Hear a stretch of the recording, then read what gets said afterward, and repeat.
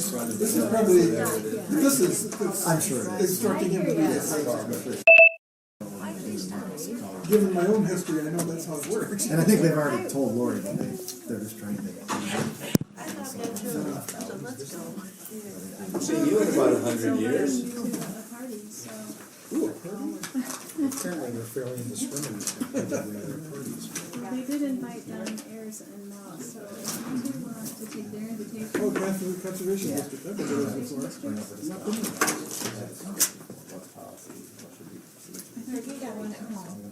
There usually is some pretty good information. Well, this was last week, was there anything, but if you missed it. Oh, that was last week, okay. It was That's why I got the invitation to play.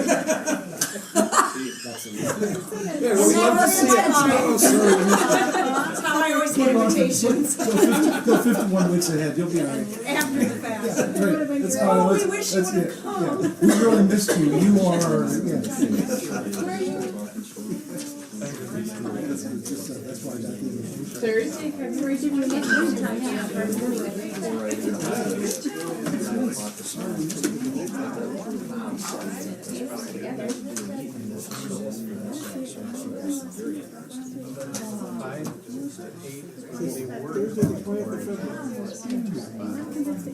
They say 1 to 2, that's when I start. They must have a lot of extra credit. Oh, well, these days.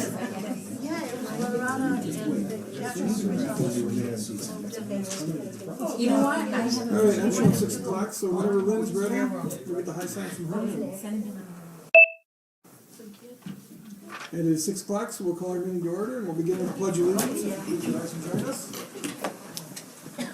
I pledge allegiance to the flag of the United States of America and to the republic for which it stands, one nation, under God, indivisible, with liberty and justice for all. Speaking of Lynn, what's with the accessory? She's got enough acid. I fell and broke my wrist. Oh, bummer. She's still. Rain or sleet or broken bones. Okay, roll has been taken? True, okay. Next up, we'll entertain the approval of the minutes of the February 7, 2020 Leadership Planning Session and the February 11, 2020 regular meeting. Move approval. support. And motion and support, are there any comments, questions, anybody like to pull anything for clarification? Hearing none, all those in favor? Hi. Opposed, same sign, and motion is carried. Moving on to hearings, first we have public hearing to review the special assessment district for 2019 for the construction of the sanitary sewer leads on Hayes Avenue between approximately Marquette and Michigan Avenues in conjunction with the 2019 CIP Hayes Avenue construction project. Looks like Dave's jumping up to take the lead on this one. Okay, I'm going to give that just a second to load here while it's loading. Just a refresher, we talked about it 2 weeks ago. This is the public hearing for the sanitary sewer district establishment on Hayes Avenue. This is in conjunction with our street reconstruction program. It's actually the CIP 2019. This will actually be calendar year 2020 is when this sees construction. Back a number of years ago, the City Commission thankfully has decided to do underground utilities as a part of street reconstruction. As a part of street reconstruction, we replaced the sanitary sewer main as well as the water main on this street. We're replacing the sanitary as well as the water. No sidewalks are being projected. But as part of the sanitary sewer replacement, we replaced the laterals up to the property line. We do that for a couple reasons. One is to help keep inflow and infiltration of clear water out of our sanitary sewer system. Another reason is that it reduces the amount of road cuts that are necessary later on after the construction project. Typically, there's usually a number of sewers that get replaced within a few years after the street's done, so this helps the longevity of the street, helps it last substantially more, so we can keep cuts out of the road, which makes the road last longer, as well as increase the reliability of the sanitary sewer system as a whole.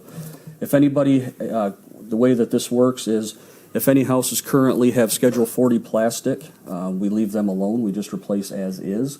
But if there's anything other than Schedule 40 plastic, the City of Alma will replace it pay for half the cost, property owner will pay the other half of the cost for the replacement of their sanitary sewer that's underneath of the right-of-way.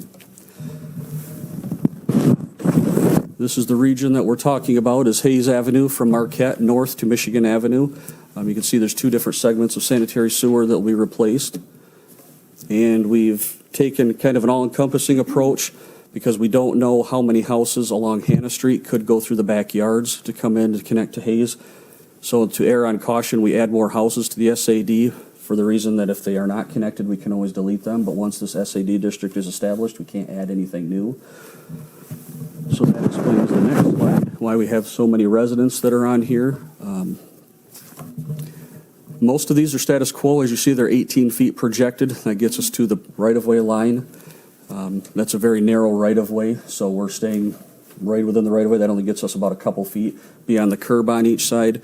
You'll notice there's a couple of them at the top part that have projected 40 feet and 45 feet. Reason for that is, previous slide. I've got a laser pointer here now that works. These ones here, there's a lateral that runs straight across to this house, so it runs very long. There's another one over here that runs on a diagonal angle. Those ones, we have projected further links because of that diagonal angle. They're not going perpendicular to the sanitary sewer main like a traditional sanitary would because of the location of the existing manhole. When we replace the sanitary main, we're going to extend this further to the south, but we err on the side of caution to put in the amount of existing lineal footage that are there. So I do recognize you folks here, you have one of those lines that are on that long line angle. So that explains why we're projecting so long of a run here. But like I mentioned, if it is currently plastic, Schedule 40, we'll just hook it up as is and you won't get a bill for it. Anything else, we'll replace it. City pays half, property owner pays the other half. Dave, I don't remember from when they did Slater Street, but how did I pay for it? Did I pay it out once, or did I get payments every day?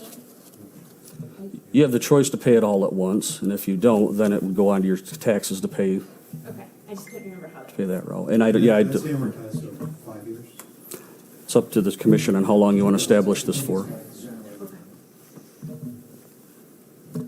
Are there any questions, anything from the residents? Dave, you're not doing sidewalk, you're not proposing sidewalk because of the narrowness of the right-of-way? Yes, it's only a 33-foot wide right-of-way. There's no room to put sidewalks on the street.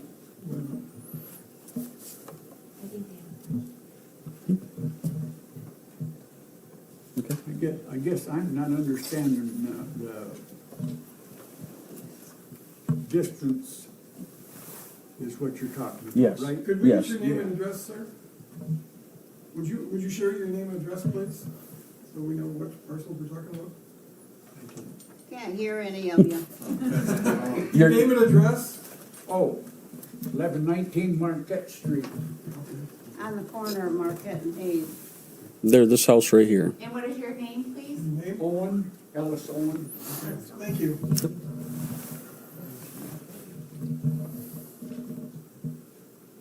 Okay, distance, you said you had a question regarding the distance No. you mentioned, or? No, I just said I can't hear anything. Oh, okay. Any other questions? Well, he had a question. Yeah, He had a question about the distance. Okay. You said something about the distance, mhm.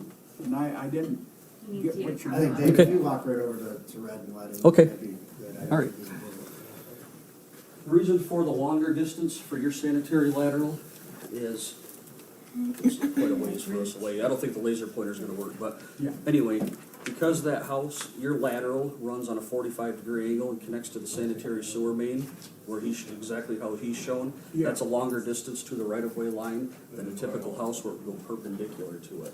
So that's why we projected a longer length of it. Thank you. I'm gonna put that in my pocket, use recorder. See how it runs on an angle like that? So we're projecting about 40 feet to get it up here into the right-of-way line, as opposed to right here going perpendicular to the property line, is our projected footage. So that would be the reason for it, for the longer length.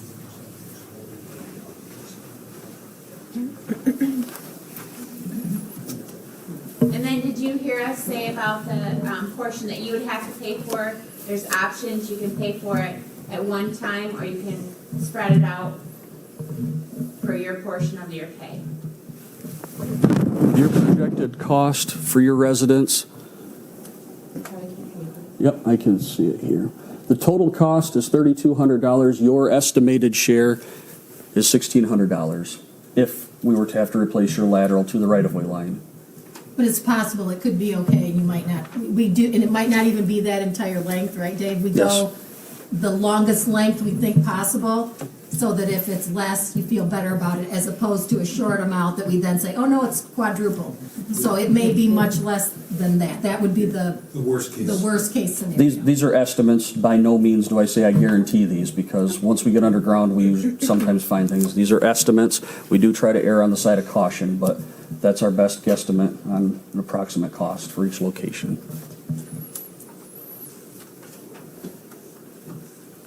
Any other questions for Dave? Either from Does the- that make sense to you guys? Want to make sure that you have all your questions answered? Okay. Okay. Thank you, David. Yep, thank you. I guess we need a motion to close the hearing. So moved. More comments? I don't know if we opened it.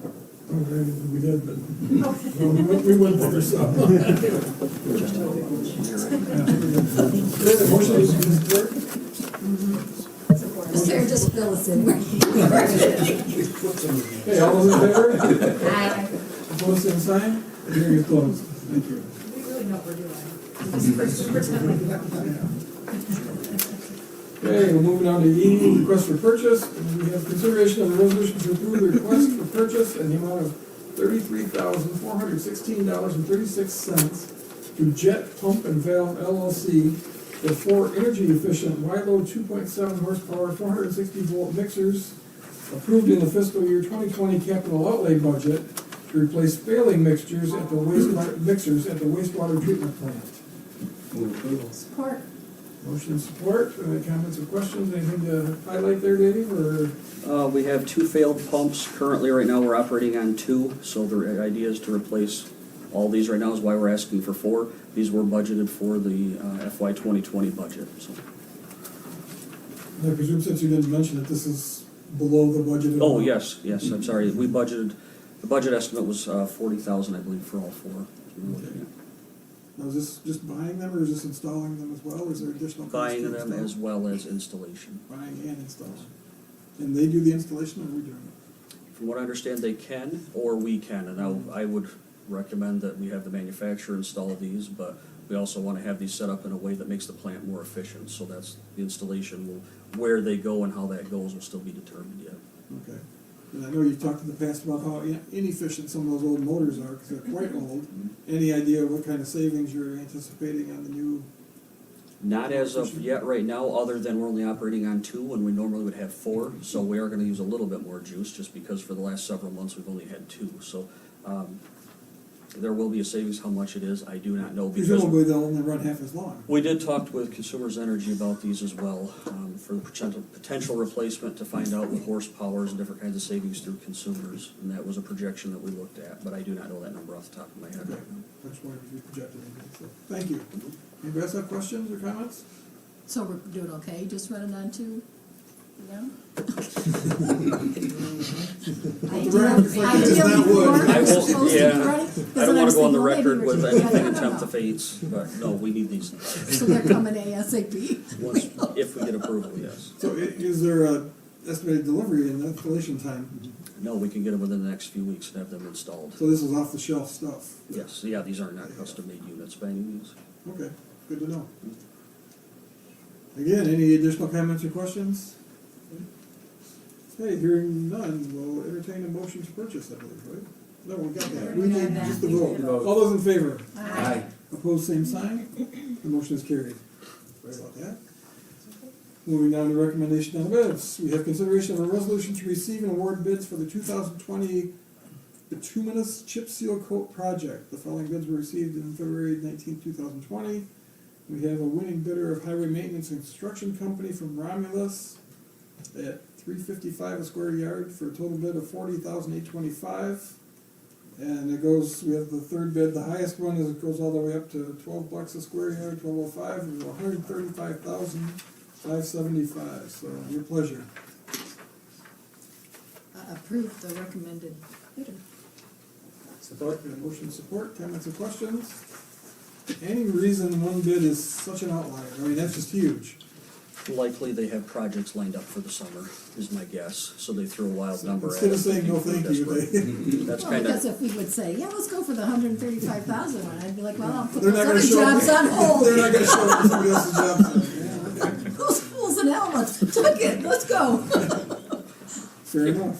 Any Yeah, other mine comments or was for questions? And have we used this contractor before? to be honest, I don't recall, there's only a handful of them that do this. We haven't done this probably in about 6 years or more, so it is a name that I'm familiar with, but I don't recall if we've used them recently. Okay. And this is just chip seal, right? So it's. Correct. Basically just the asphalt and then the pavement Yep, or the. it adds liquid tar. adds an aggregate surface, thin aggregate surface to the road, and then there's a fog coat applied over top of it. If you're familiar with any of the county roads where that's been done, Yeah. same process. Now, Chip windshield. it just comes to mind because we've toured the plant out here. Do we ever use any of their products? Oh, yes, yeah, the emulsion likely will come from them. Oh, it does, okay. So this is one of their concoctions. I can't say for sure, but I do know that that's what they make, and they make it for a good number of companies in the state of Michigan as well as surrounding states. Because they don't actually make the asphalt, they're They They make, they mix things into it, right? they make the asphalt emulsion that gets mixed with the stone and material. They do not do the application or anything, but they supply the materials for it. Okay. Good to know, thank you. Any more questions? All those in favor? Aye. Opposed, same sign, the motion is carried. Moving down to resolutions, and commissioners may approve any one, all of them in one resolution. No, this one can't, sorry, wrong section. Consideration of a resolution authorizing the Hayes Avenue Sanitary Sewer Leaks Project and approving the special assessment rule as presented. Move approval. Motion support, any comments or questions? Hearing none, those in favor? Aye. Opposed, same sign. Motion is carried. Number 2 is consideration of a resolution approving the creation of a public employee health care fund and the establishment of a MERS healthcare savings program in order to allow the accumulation of funds to provide for the funding of health benefits for retirees and beneficiaries. Move approval. Support. Motion support. You want to get a little color on this, Matt? So, This is part of the process as we've been working with MERS and talking about our pension liabilities, things that have come up. Traditionally, the city of Alma has allowed retiring employees to take their accumulated vacation leave that is left in their bank at the time and to apply that to become part of their final average compensation. We are one of very few organizations that we're still allowing that. What this does is it takes that same amount, there's no change to what an employee is allowed to accumulate or anything like that, they'll still stay. But what it does is it takes those monies now, if you approve this resolution and the agreement, those monies then are still the employees' monies that would go into an HSA, into a health care savings program for them that specifically is used upon their retirement then for their health care, them to use in health care premiums or anything like that they would like. And it isn't all or nothing, it's everyone in or nobody in. So this would be for all employees as we reach retirement. okay. Great benefit. Anybody got questions or comments? Did we get a motion again? Okay. So all those in favor? Aye. Opposed, same sign, that motion is carried. Number 3 is consideration of a resolution approving the reclassification of a Michigan Pizza Hut Incorporated liquor license for the property located at 1405 Wright Avenue from a tavern license to a Class C license. Your pleasure? Move approval. Support. I don't What's going understand, I don't know what that means. Matt, We'll go Matt, through. it's just- I've already got a piece of I paper thought it in my was just hand. me that didn't know. Because this was a little different, this was a little surprising as this came through to us, because it's a little different than what you normally see in a liquor license. State of Michigan, if the licensing that you have is a tavern license, which was what was at Pizza Hut at the time, they are allowed to request to be upgraded to a Class C. The difference between a tavern license allows the sale or service of only beer and wine. Class C allows the service of beer, wine, and spirits from there. And what the Liquor Control Commission looks for first is an approval by the local unit of government, that it's okay with us to allow that. They pay a $70 fee for the transfer, but then they are still subject now to the Class C licensing, where then they will have to come through and apply to get through the Class C license with the $600, so they'll still go. It's just a way to make this, my impression would be as Pizza Hut has closed, it makes this a much more valuable piece of property if it's a Class C as opposed to. So the license stays with the. License stays with the property. From there. We find nothing in the background of the owners or anybody, the license holder, that would cause us any pause for why they shouldn't be able to do this. And then they still have to apply. and get Yes, the they still have to license still. from the state. This allows them to apply. This allows them to follow that part of the They're gonna get process. vetted by the state. They're still gonna get vetted back, and we'll still have our local investigation that happens after that. Okay. Thank you. Any additional comments or questions? Hearing none, those in favor? Aye. Opposed, same sign. That motion is carried. Next is consideration of a resolution to approve the City of Alma sewer backup policy as presented. Move approval. Right. Okay, we have motion support. Is there, I guess, I had some questions, and Matt and I had some conversation earlier about whether or not we really want to make items such as this as policies as approved by this board and this commission. And my concern with that is, these are, to me, this is more of a management practice or procedure, and to have it certified by this board or approved by this board, then if management wants to change something, some little thing in this, it always has to come back through us. And I'm afraid that if we do too many things using this practice, it could be very cumbersome to keep their policies and procedures and practices up to date. So I am kind of opposed to taking too much detail, or for the staff to bring too much detail to us, where I think we need to keep our focus a little broader on the city and let our city leaders, department heads, and city manager make the management day-to-day decisions.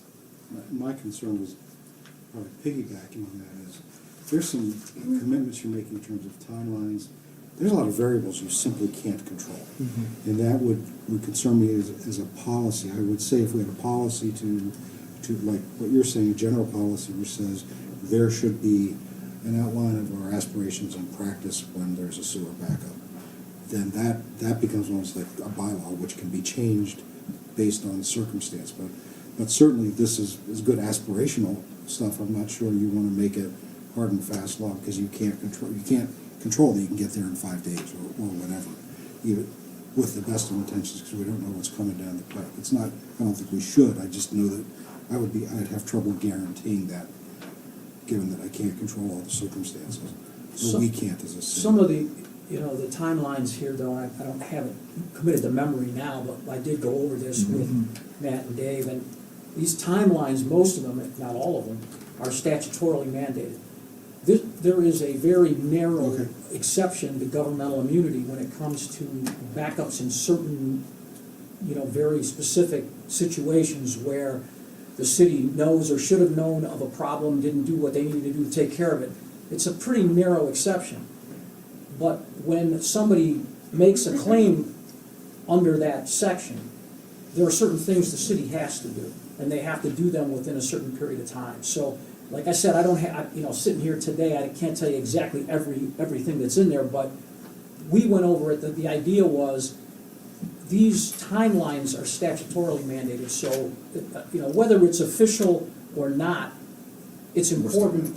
Yeah, it's important that the powers that be and the people that are going to carry this out know what those are. That's the reason we did it. That's the reason that. And I don't have trouble with it. It just seemed ambitious. The other thing would be, would you be better off saying we are in line with the statute? Because if the statute changes, do we have to go back and do the policy? Yeah, that's true. I think so. It comes down to handcuffing ourselves, and I really don't want to do that. And the intent is, but we've had this discussion on a couple of other things. Should this be actual policy, or should we look at it more from procedures? So I think even defining what are those things, and it gets broader, I know, outside, and I was going to amend this to make a little change to what we were talking about. Well, no, because it will bring this discussion out, because we've got to make a decision on this. But the idea really looking at it of saying, what are those things that need to be here, because now we are talking ordinances and laws that are much more specific. I don't want to create a policy like this that now opens us up to more liability, just because by nature of the way the words are written, that we have some of those issues. But we want to make sure what we're professing out there to people is our process that we will follow, so that there is some knowns. And within this one, there are some statutory things that are written right in there, that whether it's a process or policy, we're going to have to abide by to do that. But I think in the broader scale of things of what do we call policy that really needs to come before this board to make decisions, and what would you like us just to more inform, so that we are keeping people abreast and still trying to stay with that open line of communication. Yeah, and from my position as the city attorney, the important thing about this is that the city personnel who are gonna be carrying this out know the guidelines, know what they have to do and when they have to do it. Whether it's official policy, to me, is not as important as the fact that those folks know what it is, and it's set down in writing, so that there's really no,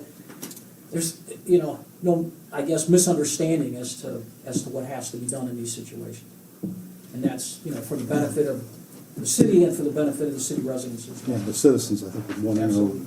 And I think that's why we have the forms and different things in there now. We actually have forms. It's not just taking a phone call and then, gosh, I hope I pass that along. There's a form that has to be, and it starts the whole process, and so clock starts ticking, things start happening that go along with that. I am more than happy to not have to, if we have to make a minor adjustment to come back to the board, I would be more than happy. Dave, I think you'd probably feel as well from this standpoint of it being a process that we actually go through and a procedure that we follow. And so maybe not taking it all the way up to that portion of a Would policy this would maybe be fine. better off titled City of Alma Sewer Standard Operating Procedure or something procedure. like that, yeah. And then we get it out, and it's a part of what we do. I just, I mean, I think long term, we've got the bigger part of the discussion, which I didn't really think of until we started talking about some of this, is what are those things? And I think we probably know them. They are the ordinances, they are the things that we bring about that are law, and the things that we bring in that way are the things that actually have to have approval from here. But aren't there things embedded in this then that Tony's saying are Yeah, by statutory? statute. If you don't- if So you don't- whether it's a policy or not, Right. it's Yeah. statutory. The important thing is that the people that Absolutely. implement it know it. Absolutely. And that's Like, gonna if you don't happen want a regardless. gray area Yeah. of, I wasn't sure that Right. that was. And it'll be in law or writing not. regardless of whether it's policy Right. or not, so I guess Well, and then- from my perspective, I'm good with whichever way the commission wants But to I- go, as long as, If we're, I think that we should be involved in it like we are the ordinances and such. The only issue with that, I mean, just because I report to a board at my position as well, and all of our policies have to be approved by the board, I can't make one word change without taking it to the board every time. And it's really becomes a cumbersome. hassle. Sure. I mean, And so A I lot of just trust times, that we a put lot of people in times we'll place just that kind of make sit those- there and let it, till they add up, and then I take them in. It is a pain, and you can't change anything, so. And I think our policy needs to be, at a very broad scale, just to say our policy, Tony mentioned there's regulations, and whether they be Right. federal or state, by fact of policy, we're gonna follow all of our regulations. We're gonna instruct staff, we always follow the rule of law. We don't need to get into every detail of law, because there's a lot of laws that we aren't gonna have a policy or procedure specifically about. I mean, I think the citizens are better served and we're better protected as long as if we have rules in place and we follow our own rules and we're clear on what they are. I think I would want to, within the constraints of law, whatever we do, but I want to give Dave enough latitude to say, okay, I think we can adhere better by doing it this way or whatever. I would want to give. I think that's where it becomes more of a practice than a policy. Yeah, give management the freedom to do it however they need to do, as long as they're getting it done. Because while I want to be informed of things, we can all agree that Dave knows way more about this than the details that. I think he knows more We're than not you do. sending me out to say. But I'm just saying, I There goes want to Plan be B. informed. That was never. And we know we've been, Plan B. and these are practices. I mean, these are Right. generally the practices, and I'll be honest, as we did the research. But I would like our people that we have put in Yeah. place to do these jobs, because I think we've discovered over the last few years and are working, making great strides. We put people in place that we're trusting are capable of doing their job properly, and while we want to be informed, I'm not saying that we don't need to be informed of what's going on, I certainly wouldn't want to hold up something for 3 months just because of syntax or, you know, how it's worded if. Well, it puts a lot of pressure on those of us writing those things too, to make sure you got. And I will tell you, as doing the research when we were going through this process, there was the policy and procedure portion where they were interchangeable. As you're researching, some people called them a policy, whether they were truly a policy within the city framework of policies that came to their board, or whether they were actually being used as a procedure. And I know we have that it's semantics, but if we're going to bring it here and elevate it to something, it is, I think, even better. It's getting that definition. I mean, what truly needs to be policy, and what's procedure. We will, by all means, keep you informed as we go through those processes, for sure. But my concern would be, do we open ourselves up? And that's more liability, but the standards become more difficult to deal with if we can't be making some of those decisions because it's a policy, and especially if we have to make a change, or David's put into a position, or the street crews are put into a position to have to alter that. Now we have kind of taken some of that away to do that. When really the main goal of this is to get something that we're able to publicize to people. My Lord, it seems like the rain has been, we've had more water events in the last couple of years than we've had in the longest time. And so we'd like to make sure that we're able to put this out on the website that says to people, this is what you can expect when these things happen and where we go. So what's our best avenue here, to change the name of this, or to table the whole thing? Well, I think or- if it's not going to be policy, it's going to exist as a procedure. Yeah, standard operating procedure. Irrespective of the city commission's actions. So, yeah, I mean, I think at this point, we just, I mean, you don't pass this, it's still gonna be here. We're still gonna, it's gonna be in writing, and people are gonna understand how to implement it, and that's the important thing. the policy would be that the city of Alma will have a process for handling sewer backups that is vetted to the commission and complies with all ordinances and laws, period. It has to be that simple. They give us, if you will, this is how we're going to do it. Citizens should know, whether it's a brochure when they come to your house and say, this is how we do it, this is what we do. We want to be, I think, as general as possible. We want something in place, and by policy, it should be in place. Right. What they put in place just needs to follow the law and needs to be transparent to people. That would be, so policy to me is that broad-based, that's what we do. You come back and say, this is how we're going to do it, this is why it complies with the law. And this is how we're training. Adopting this whole thing as a policy is going to handcuff us. Potentially. Could handcuff management, Yes. Our management as our opposed to the commission. staff to do anything. And I guess we're stepping back into a broader discussion, and for the benefit of everybody, to make everything clear, which I don't think we've done historically. You know, ordinances are definitely coming through here, so when somebody, you know, Kathy sees something as an ordinance applies to her department, she knows that something came from here. And I think we should probably try and go forward. If it's a policy, it also comes from here. If it's a procedure or practice, then that's something they can modify on their own.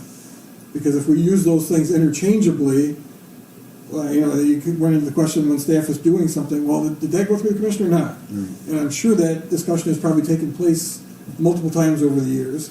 You know, does this need to go to the, I mean, it happens in my work. Is this something that needs to go back to the board? Look out to the staff, everybody's head shaking yes, because I think it does lend to that bigger picture of, because, and I was going to say it differently, my fear is, it's not my fear is, because I think what it does is, we already know, I think everybody's mind probably just went somewhere. We all know of something we've considered a policy that we're looking at it under this definition and going, maybe that isn't really a policy, or something that's just procedure that we need to look at. So, and then maybe we approved sometime in the past that. Yeah, it will this will put us into a position of further examining, as we've been doing, all of our policies, all of our things, trying to get them into an area. But now I think there's another layer of that says, how do we identify them, and to do that, and that's part of a bigger process that we're still going to be working on. Yeah. It'll take a long time to get consistent with this, but you got to start somewhere, right? Right.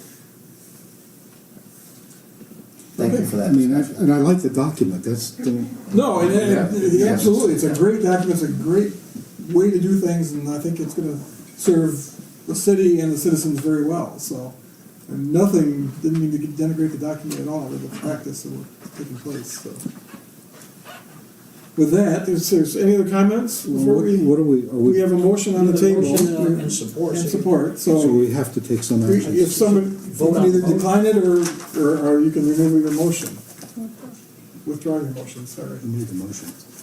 This was like 2 pages ago. What did it say, blah, blah, blah?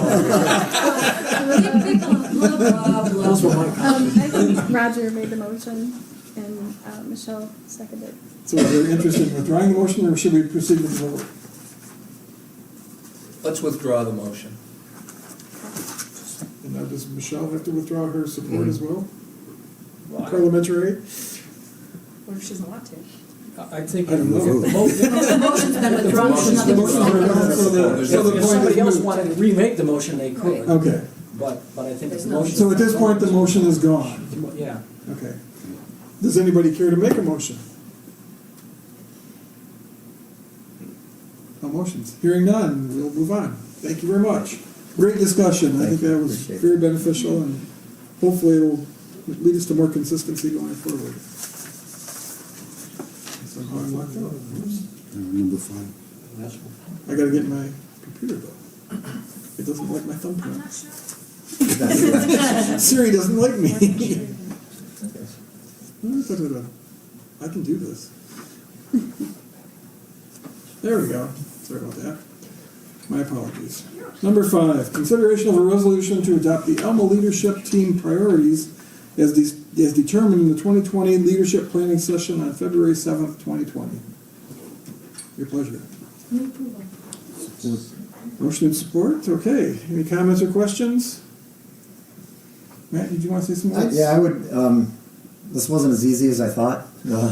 As I took all What the has been? information that we went through that day, thank you, Sarah, for some really good notes and things like that. But to go back and I took some liberties to expand on these a little bit to make sure where they're at, but so that we have some out there. We're talking about really 5 priorities that we're talking about the leadership team, and what we've identified the leadership team is as this group is the commission and the administrative team within the city, which is the department heads.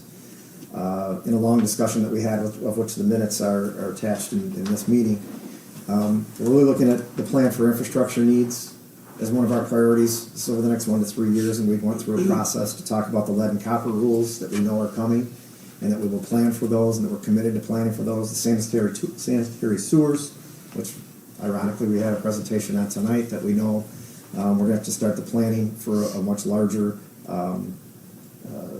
issues with those.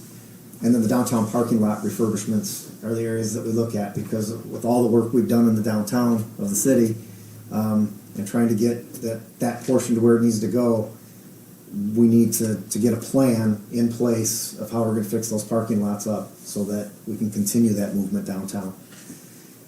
Number 2 was embracing technology, looking at the idea of, in today's world, competition for people, competition for businesses, and the technology and growth in technology is the norm. And if we would adopt these ideas, we basically broke that into a couple different areas, looking at the community needs, and that's giving access to the people in our community to having the high-speed internets and the types of technologies that will allow them to stay current in their education. We can eliminate the homework gap. Telemedicine that we know is a big issue coming forward in our hospital, public safety, economic development, all the things that those will tie into, but also looking internally at the city, and that we're committed also to look at these and deploying new technologies that will help improve how we do our jobs and how do we connect to the citizens of the city. Number 3 being a continued support of our community engagement. We've talked a lot here about the Alma Aspires program and where it's going, that we'd be committed to stay actively engaged with the groups and the people who are involved. Parks and recreation opportunities, which is something that's being developed out of the Alma Aspires that we're hearing a lot about, that it's something that we need to show our commitment to our parks and recreation opportunities. We had a good discussion about doing the little things, about how sometimes the little things don't take much effort, but if we commit to really working on those, we could really enhance things around our community. And then the big one that continues to come up is communication. And it's how do we communicate to the public? How do we get things out to them? How do we make sure that our message is getting to the public in the best way, in the most ways that we can? The 4th one is looking at maintaining a safe community and a city work environment.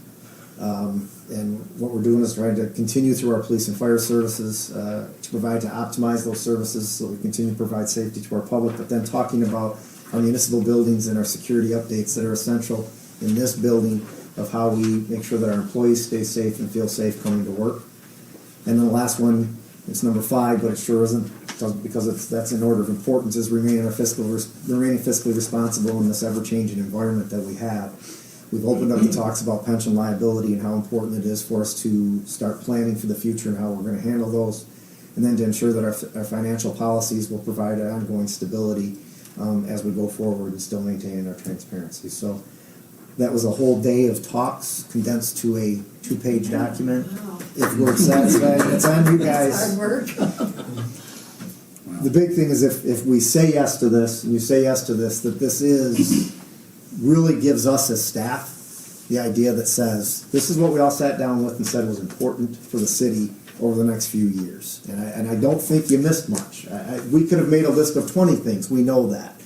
But by encompassing these 5 principles and these 5 priorities, we can really look to making sure that we're holding ourselves accountable to those priorities and working on those. Nothing says, if you notice, nothing here says finishing, because we do understand it's always going to be a process that we'll continue to go through. So I thank you guys very much for your input that day and for how we got here. I just hope I was able to reflect that. Sorry, you asked if I had anything. I didn't mean to. Rebuttals.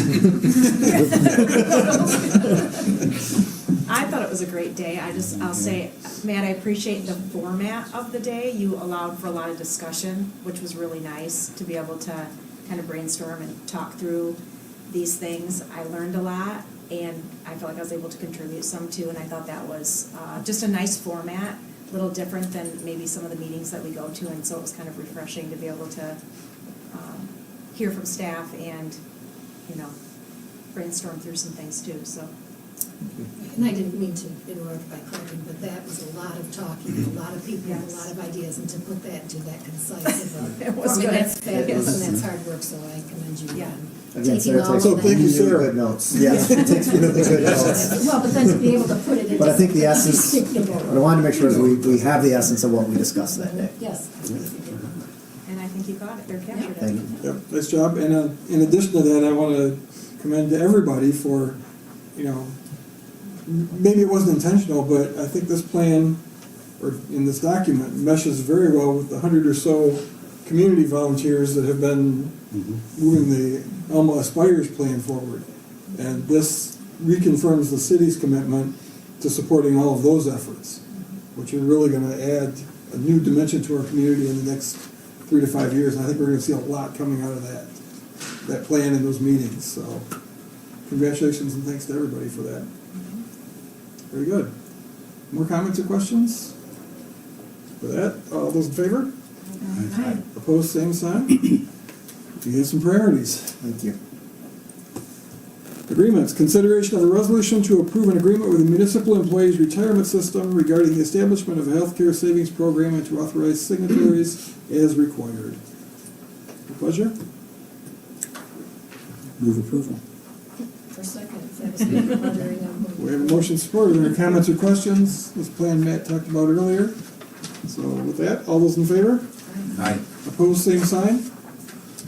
Now, commissioners may receive the following reports by one resolution, or any commissioner may remove any item within their section for individual discussion and vote. And the reports we have today are the Alma Transit Authority report, the Alma Police Department report, Finance Committee minutes of February 11th, Parks and Rec Committee minutes of February, 2020 look at assessing a 2019 AMAR audit results, and the City Manager's report. So the Transit, the Police Department were for January, February was Finance and Parks, and then the others are kind of universal, I think, so. Your pleasure on these items. I'd like to hear a little more about the parks and the millage question, because I think that's coming up shortly, if we could. Okay. Anybody else, or you want to cover it one at a time? We can do them all without, and just pull the parks out. if you Okay, want. I guess I would like a little bit more depth on some of the assessing and the AMAR audit in particular, if Kathy would. Well, thank you, Greg. Okay. Is that the report later? Well, is that, I was gonna say, Is she's that- doing a she's on the presentation. agenda? It'll be in my presentation. Yes, well, she'll cover Okay. that. You'll get those. So you're gonna cover the audit in that presentation? Yes. Okay. More to come. Stay tuned. So would I move approval With everything except for- Except Parks and Rec. just to learn more about Parks and Rec. Okay. The city so- manager's report usually comes out too. Yeah, and really, you've hit the area in my report I thought was important for us to get out also. All I did in my report was say, please look at this, because we probably need to have a discussion about this. As we know, I think that there's been a lot of discussion, a lot of talk about the county parks millage that will be coming up in August. And some of the questions that have come up, and we've generated some talks with the county, the Parks Board, all of our partner municipalities around, about ideas of sharing some of the revenue. And I think I gave you background last week, but if you look at 2000, Eric can correct me if I say anything that's off base here, but 2006, the county parks millage began really to save the county parks. They were closed at that point in time, to bring them back. And I think that this county as a community as a whole came together, brought those out. We're looking now, 15, 16 years later, 14 years later, excuse me, I've never been good at math. 14 years later, that we're looking at two really well built out parks, maintained really well, and yet that has continued to be at that millage rate that the county parks has. I think it's a pure 0.34 if I remember correctly. These talks really began when there was talk about building a county park, similar county park to the north, of trying to acquire some property and build a county park to the north. At that time, some questions came up about our own parks, because the county millage is for the county parks, of which the city parks really didn't receive any of the funding.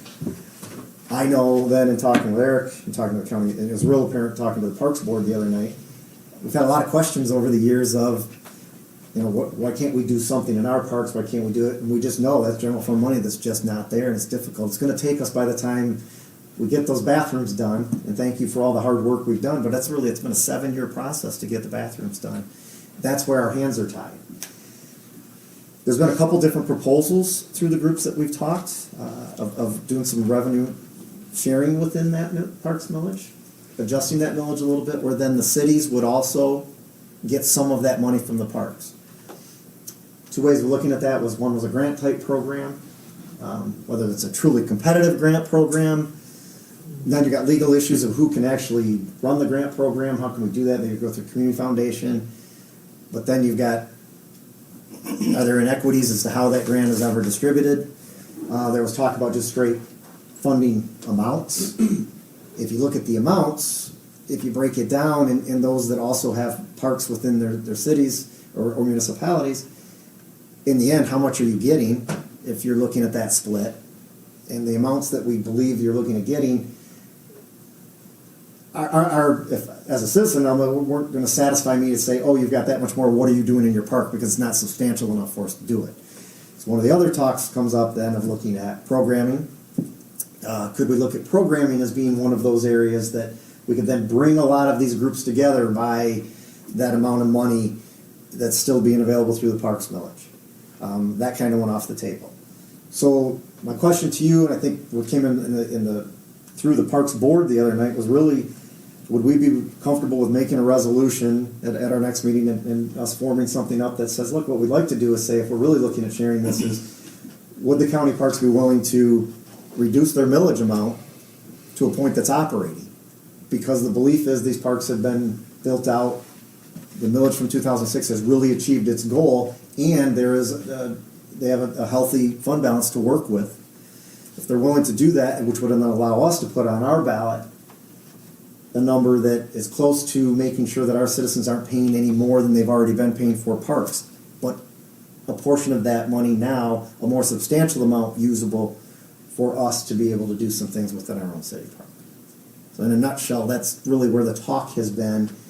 And if I missed something, let me know. But I think that was their discussion from our Parks Board, was that's what they would like to see, that we maybe make that kind of recommendation to go up to the county parks with that type of, or actually be the county commission with that kind of look at resolving some of this, or for us getting some of those things back for the people here now. Questions for Matt? You know, there's different ways to look at it. Matt laid out a couple different things. There's been a lot of things discussed in the last probably 18 months or so. We've been talking about this. And, you know, while bottom line, it's always about money. Everything's always about money. Bottom line, follow the money. But I think when we need to all step back and when we talk about our parks in the county and look at the level of service that we're giving to our various parks, and you know, what we really want to do is provide a good product for our citizens, whether it's, you know, the county parks or the city parks. And there's only so much of any pie to go around. And it seems to me, in my impression of the county parks, they're beautiful. I mean, I'm not anybody's intention, I don't think, to harm the county parks they've got. But as Matt said, they're fully built out.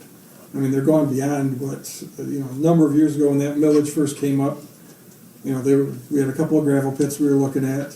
And the vision in my mind, and without paying much attention to it, I was very supportive of it, that we'd put in a lifeguard station, maybe a bathhouse and some picnic tables, and have some fairly rustic county parks. And kind of under the radar, because I hadn't been to the county parks in well over a decade, I'm sure.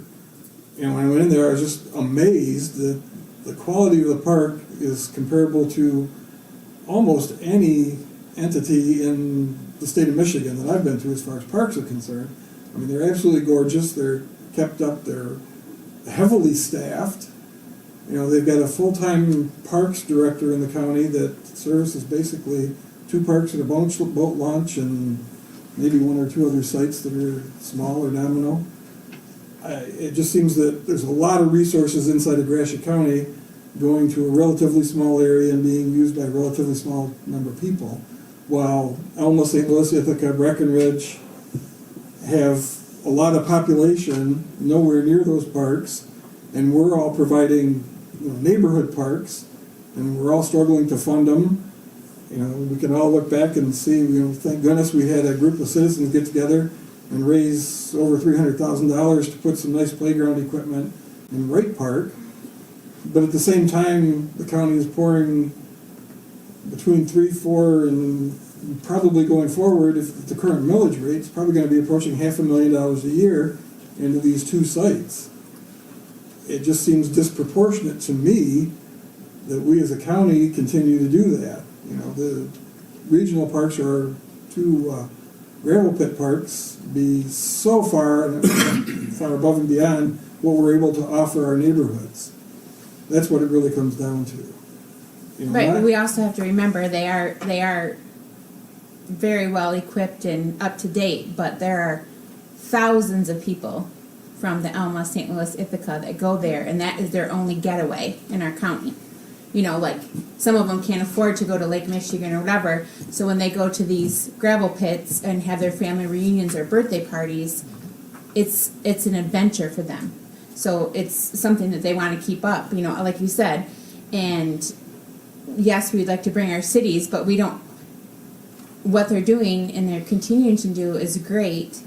And like I said, a lot of families are using those from all areas because it's a day trip that they can take their families over there and have an event. Like, the kids think that they're going to somewhere other than Gratiot County because that they are high-class parks. So a lot of families that can't afford to drive 2.5, 3 hours to a state park, they're driving 20 minutes and their kids are ecstatic because they're going to this fancy, great county park. So we can't take, you know, we can try the millage because, yes, it would be great to improve our cities, but we want to remember what the county has done for the citizens of Gratiot County and all the kids and the parents and the families that attend those parks. So we can't really, you know.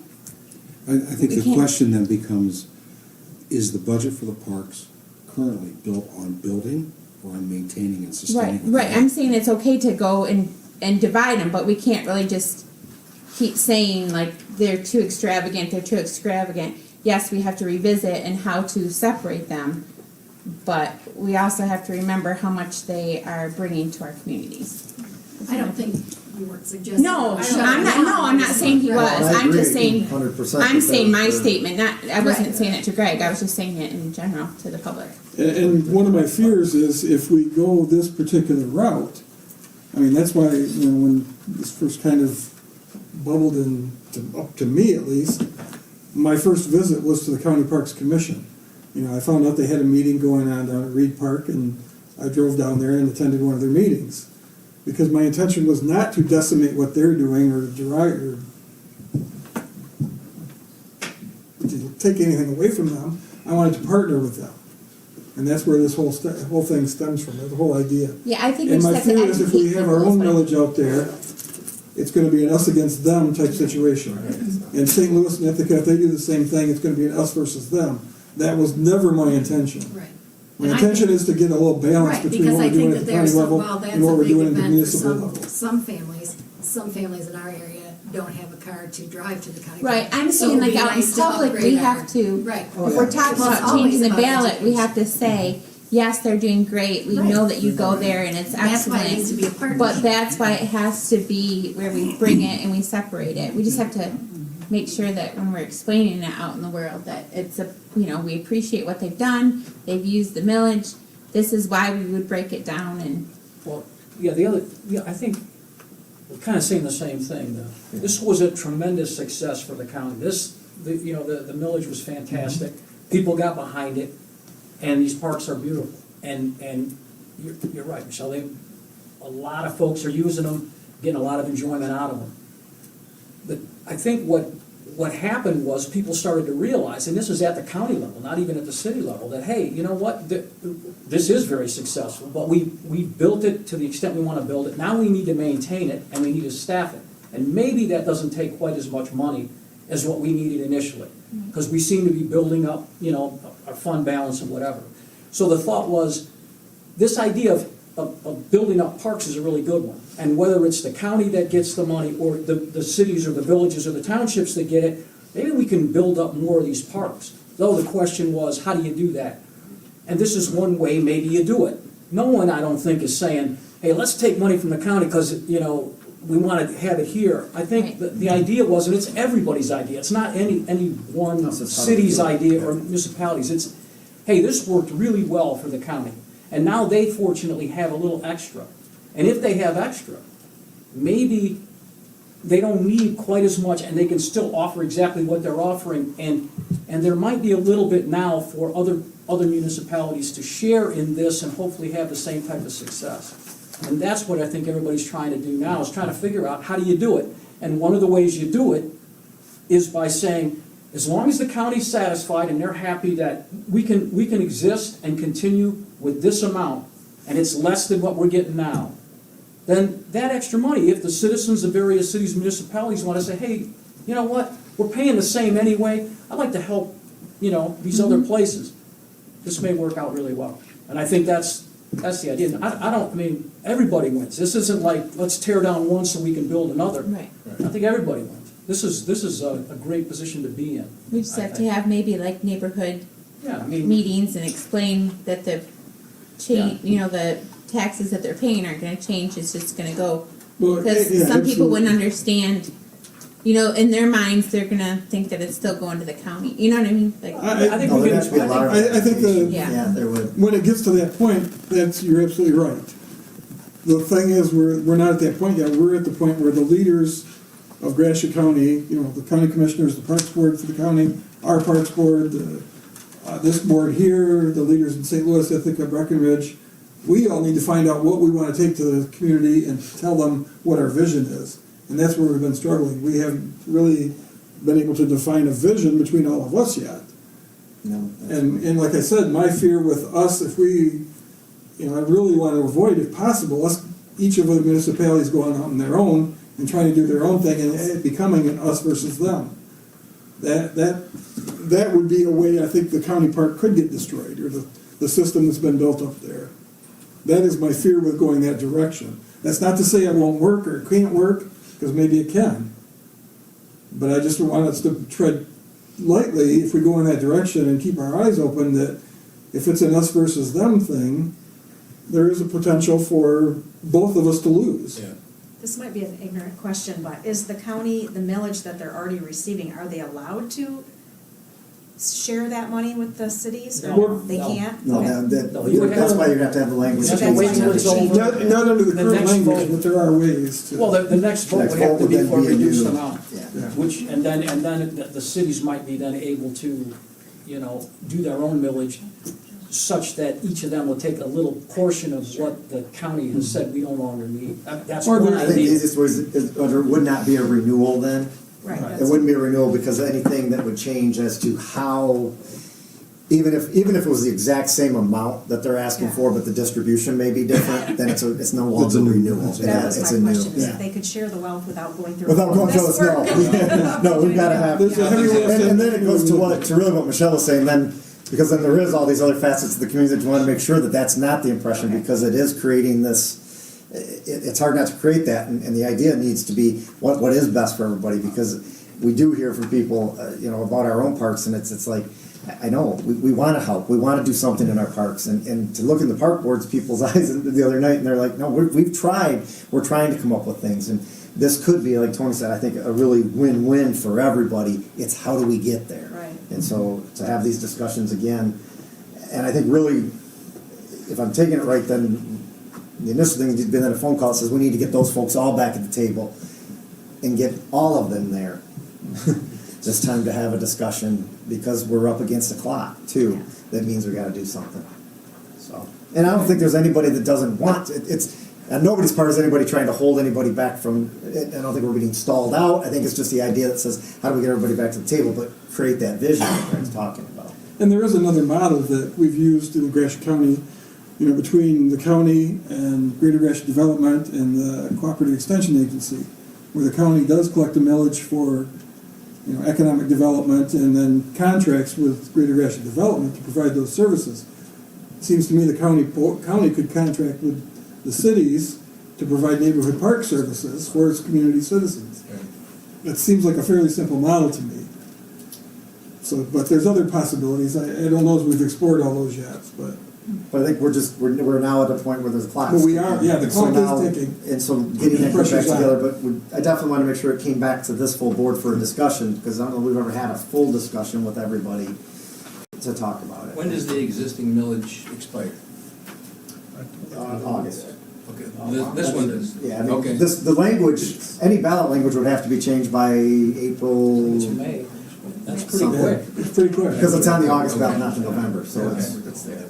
Which means if we're going out on our own, we need to get our own ballot language ready. Right. And if there's any change to the county language that we would have to have done by then. The crunch is coming. Yeah. But so you know, there have been talks in the background, so it won't be, this isn't, Oh, yeah, we're talking. nobody's about being this for a long blindsided, time. there has been talks, it's just, it's kind of stalled at that part of saying, okay, we all get it, but how do we get there? What's the options on how to get there? That's just a very short window, because Yeah. February's pretty much gone, Yeah. so. No, we're down to a month. Yeah. And plus people have to have meetings ahead of time, so yeah, we're down to a month, we're down to a month, Thanks. Okay. thank you. All right, thanks, Matt. Anything else, any other comments? I think we have a motion and support for receiving all the reports. So all's in favor? Aye. Opposed, same sign. Motion carries. All right, no new business. Kathy, you still with us? I do go to bed at 8. Well, no, you're presentation. Yeah, I know. Somebody requested 5 minutes. Oh, boy. So you know, Kathy's not the only one you'll see. I think I told you that thing. I mean, we've done some annual reporting in that, but I think it's important that everyone will get their opportunity to give you a piece of their department. That's-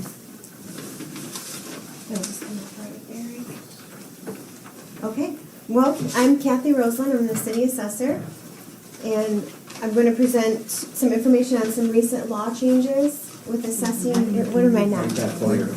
Oh, sorry.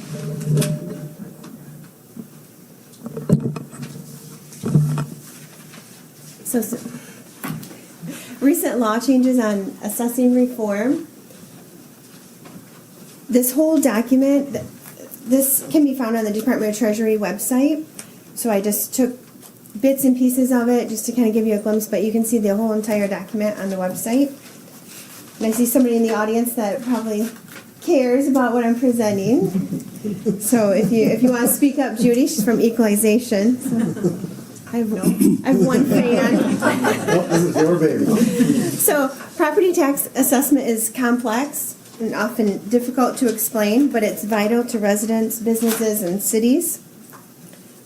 Assessment administration is one of the 3 broad statutory duties, along with elections and tax collection mandated to cities and townships by state law. So in 2018, changes were enacted to property tax administration that all local unit officials need to be aware of, which is why I'm standing up here.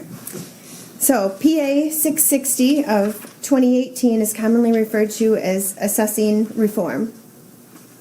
The majority of the reforms do not go into place until 2022, but local units can start preparing now and put some processes and procedures in place to ensure that we're meeting the requirements once it goes live in 2022. PA 660 provides a statutory framework to ensure proper assessing in order to guarantee the highest quality assessments for taxpayers as well as the local units. The Act also mandates training for local unit board of reviews. So how is Alma prepared for the assessing reform? We passed the 2019 AMAR, which is the Audit of Minimum Assessing Requirements. The Board of Review members attend annual training, and this will be required starting in 2021. Some of the act has already went into effect. Mandated training for all Board of Review members will have to go into effect in 2021. The assessing department is continuously looking at our processes, procedures, and quality control. And regardless of the AMAR being conducted every 5 years, we create an audit to ensure that we are complying every year, not just every 5 years. So why should officials care? There are a number of reasons that local unit officials should care about assessing. First and foremost, assessing matters because it affects the public's trust in government. If your city's properties aren't assessed accurately, the obligation to pay taxes that support schools and local services falls unfairly on some taxpayers while allowing others to skirt their responsibilities. Second, with the changes in the PA 660, there are consequences if your assessing deficiencies aren't corrected. Finally, missing and under-assessed properties put pressure on policymakers to seek millages that increase, and they could increase other revenue sources to maintain quality education and services. So if neighborhoods are over or under-assessed, it shifts the tax burden unfairly. So using valid sales data and calculating accurate ECFs are a couple of the important functions that determine uniformity when valuing properties.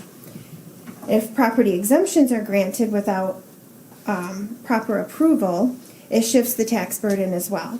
So there are many types of property exemptions that we must review. Some are reviewed by the assessor, some are approved by the Board of Review.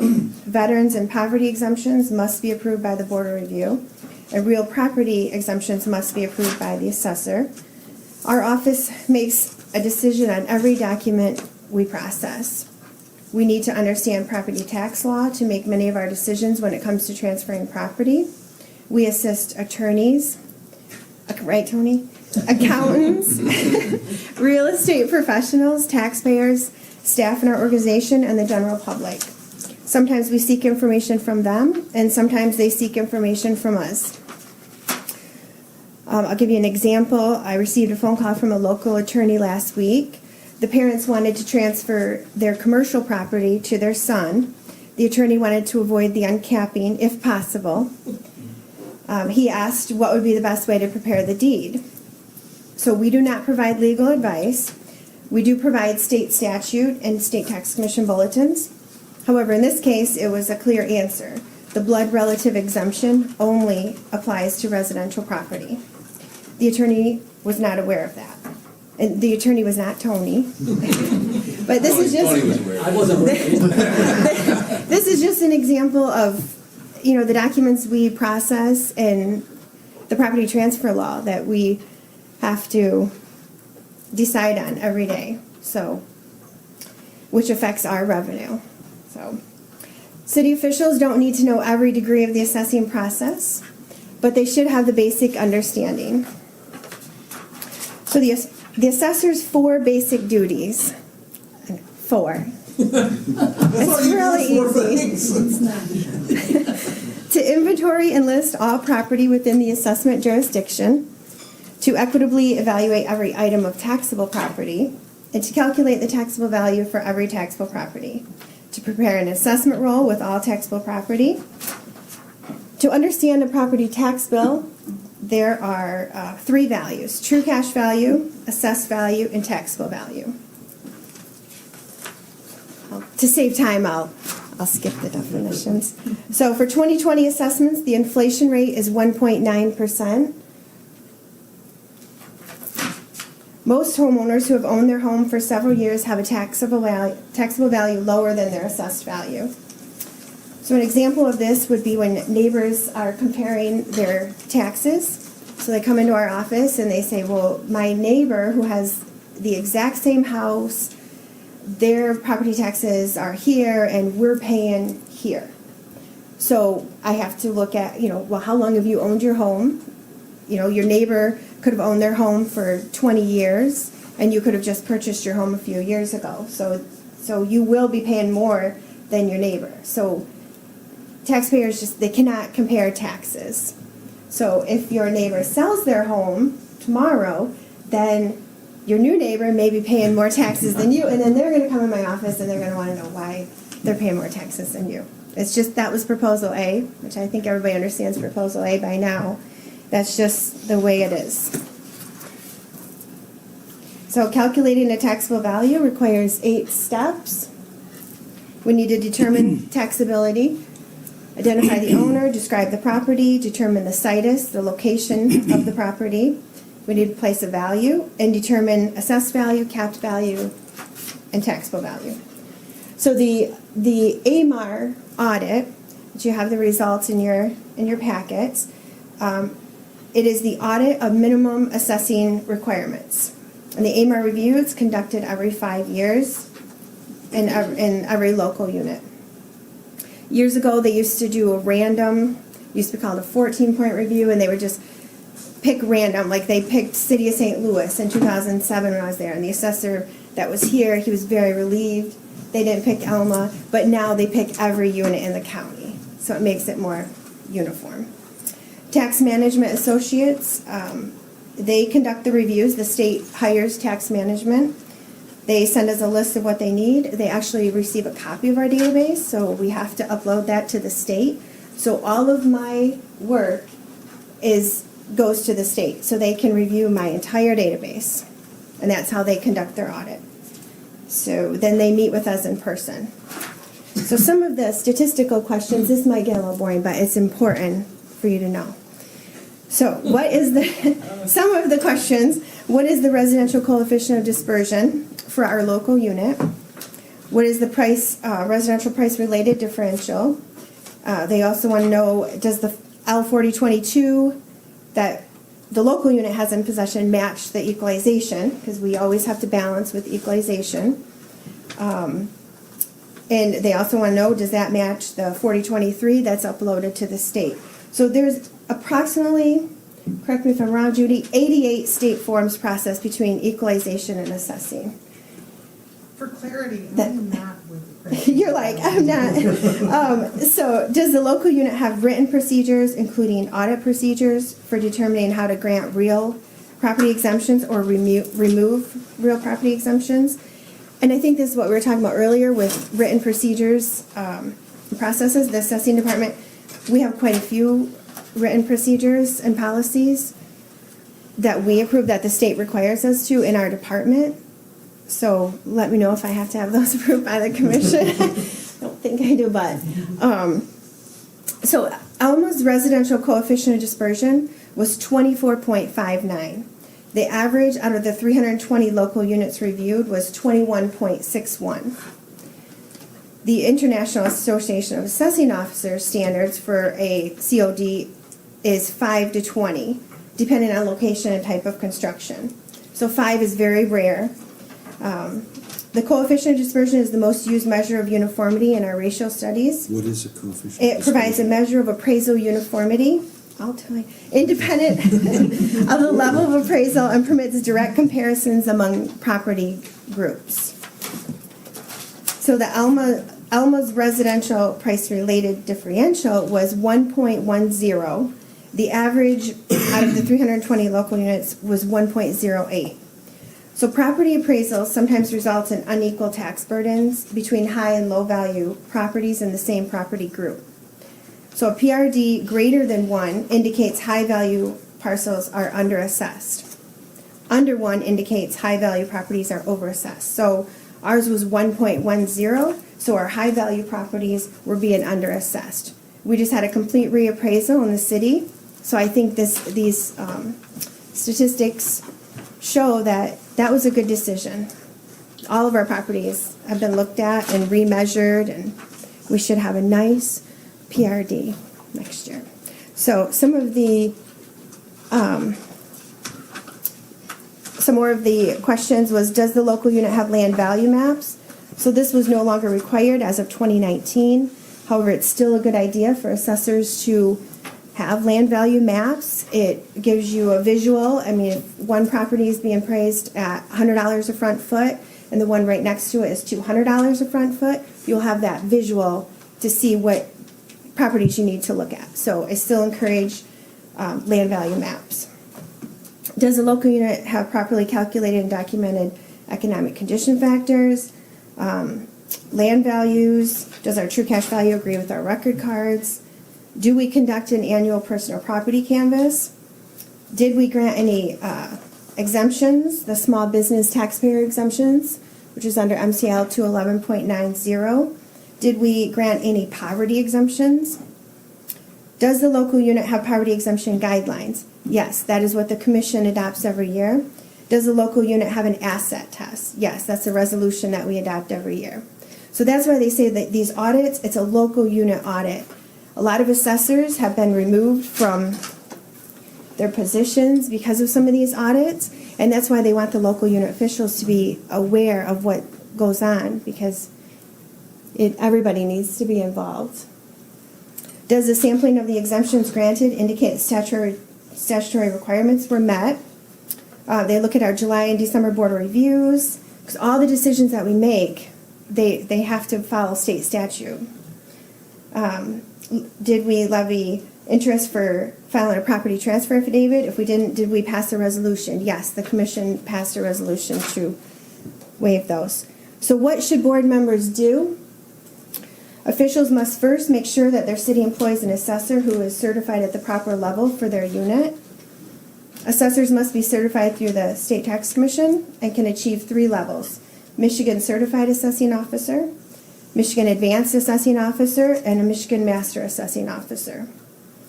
There have been situations when a large industrial or commercial operation came to a local unit and the assessor was not certified at the appropriate level. So you never know when you're going to get a large industrial facility that's going to put you over your certification level. It is best practice to employ an assessor who is at least 1 certification level higher than required. For example, the wind turbines in Gratiot County have increased the required certification levels for the assessors of record.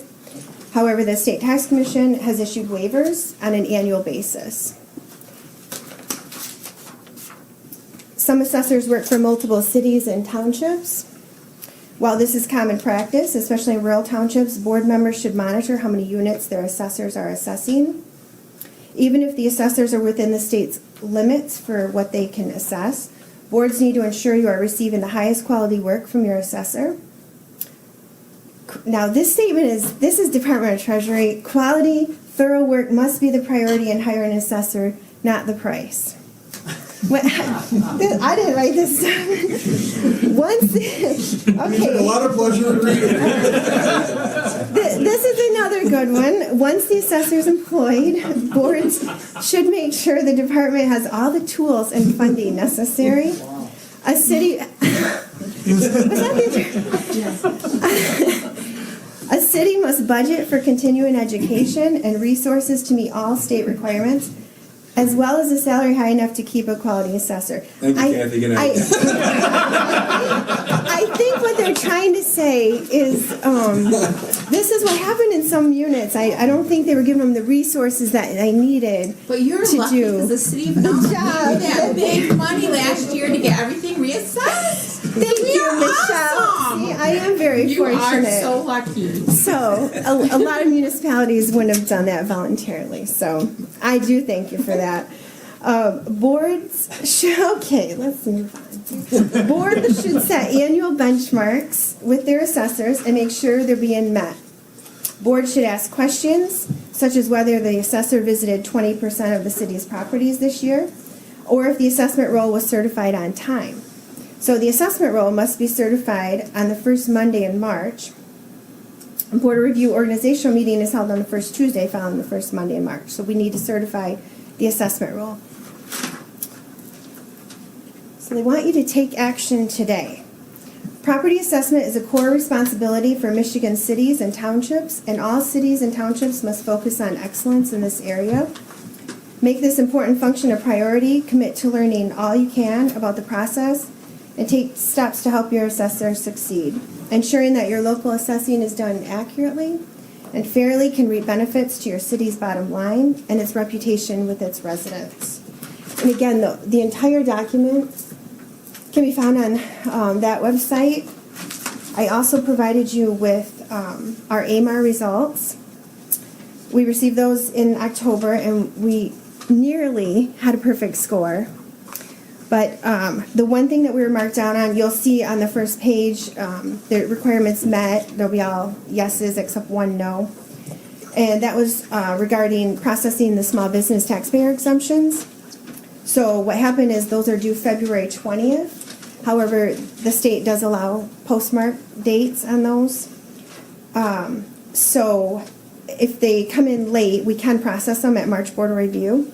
So there were 5 of them last year that were processed without Board of Review approval. So after the due date, and they were exempt, it was zero value, they were exempt the prior year and they were processed.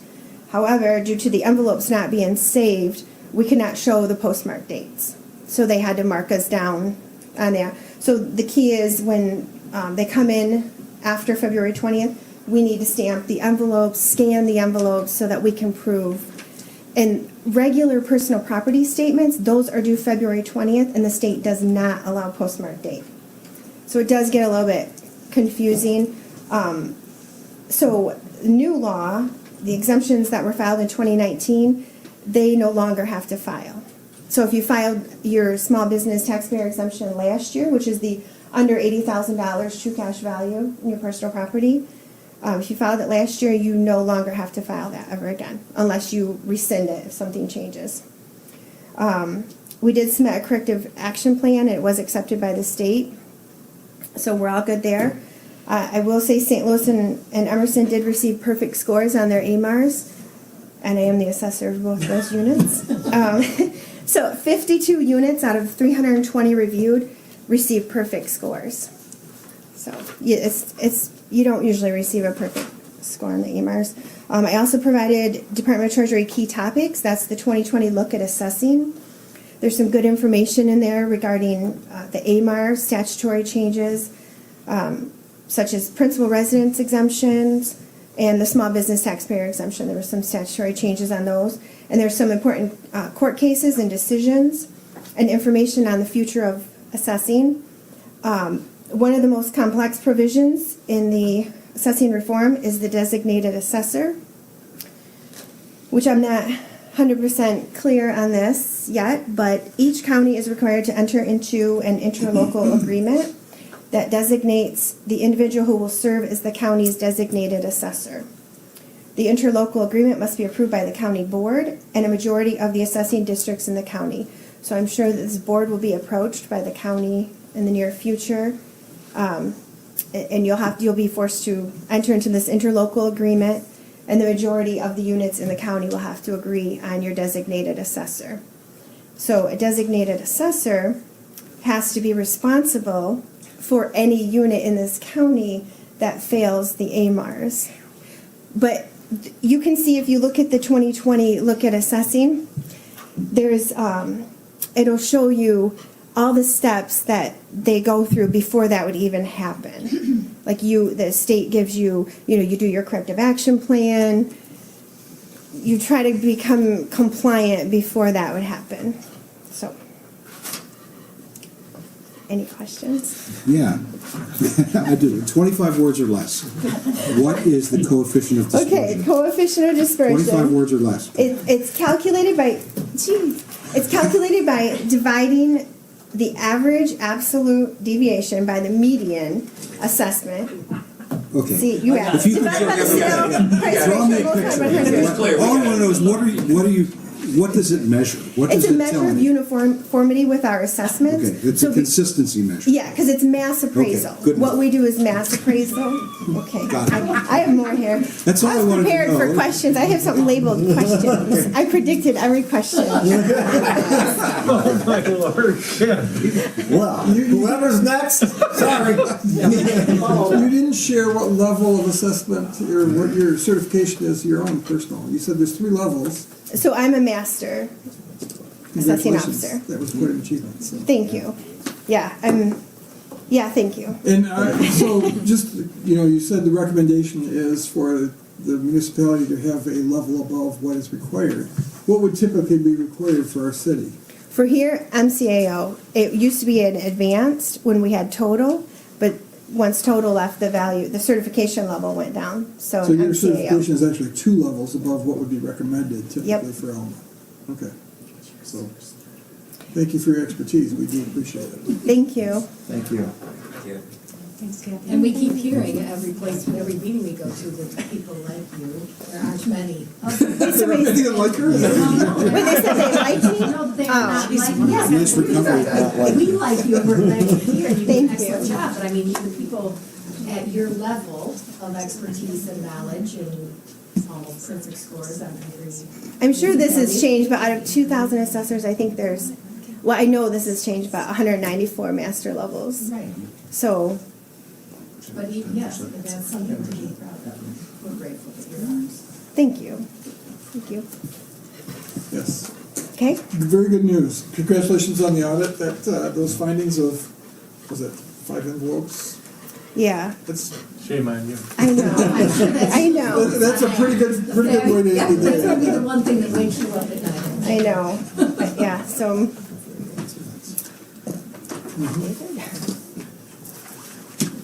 Okay. You love the assistant.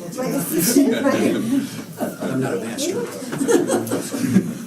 Okay, next up, we have consideration of a resolution to approve or to change the date of the March 10 regular meeting to March 11, 2020. To accommodate the time. Yeah, I mean, it's to, Oh, so you know, it's to that's right. accommodate the election That's right. that day. Most people I think Sarah's gonna be busy. that we have that do anything, that can do anything for us are working the election. It's gonna make it very, very difficult. We could do something different by deputizing someone else to take the minutes and do certain things, but it would be much easier, and we're just asking, it would be much easier if we could move that meeting to Wednesday. She'll be a little tired, but I think it would be, behoove us to have Sarah here that day, if that would work for everyone. Unless we have to give her a night off, huh? Yeah. Then you get your rest the next day, Sarah. So moved. Support. We have a motion support. Any comments or questions? Hearing none, all those in favor? Aye. Opposed, same sign. Motion is carried. Thank you. I guess we really didn't need to even receive Kathy's, right? We're good? No. Okay. Anybody care to pay the appropriations? So moved. Support. Motion support. Any comments, questions? I have a question. What is Axon Enterprise Inc.? Am I supposed to know what that is? That's a contract that we've approved in the past. That's the tasers. That's was a 5-year plan, Mark? Yes. Yeah. Body worn cameras. The body cameras and that within the body camera, that whole system. Gotcha. Okay. Commissioner comments? Roxanne? We gotta vote. We gotta vote. Sorry. All those in favor? Aye. Opposed, same sign? Motion's carried. Okay, now we can move on. Roxanne? Well, thanks again, Kathy. I didn't understand 90% of what you said. You did an excellent job, and I trust that you know. I have some brochures in the office. I'll read those out. Yeah, it's online. Oh, yes. It's on our website. Yes. Kindergarten registration is happening. If you know of any little people that will be 5 by September 5th, I think it is, or just, there's a date in December. If you think they're ready for waiver, but you can call Moose Road Elementary and sign up. So, just a public service announcement for my new job. New corral of people coming in. Excellent. Roger? Nothing. Audra? I would just say next Thursday, March 5th, at 7 o'clock in the evening is Arts United to support United Way of Gratiot, Nisqually County. It's a really, really fun event, dancing and other artistic talents that are throughout the night, and just a great way to support United Way. Sounds like fun. Michelle? I'd like to send out my condolences to Bob Moore's family. He was a city commissioner for a long time and a city business owner. So we send our regrets to Martha and her family. And I see that they are doing in lieu of flowers donations to the Gratiot Community Foundation. So just they keep supporting our community, all the time. So pretty awesome. Yes. Kathy, nice job. Thank you. Like Roxanne, we need an assessment for dummies book. That would work. Just speaking for me and Nick. Yeah. Nothing else to add. Okay. Clerk? Mr. Attorney? Elba Panther Wrestling, 3rd regional title in a row. They're going to the state finals.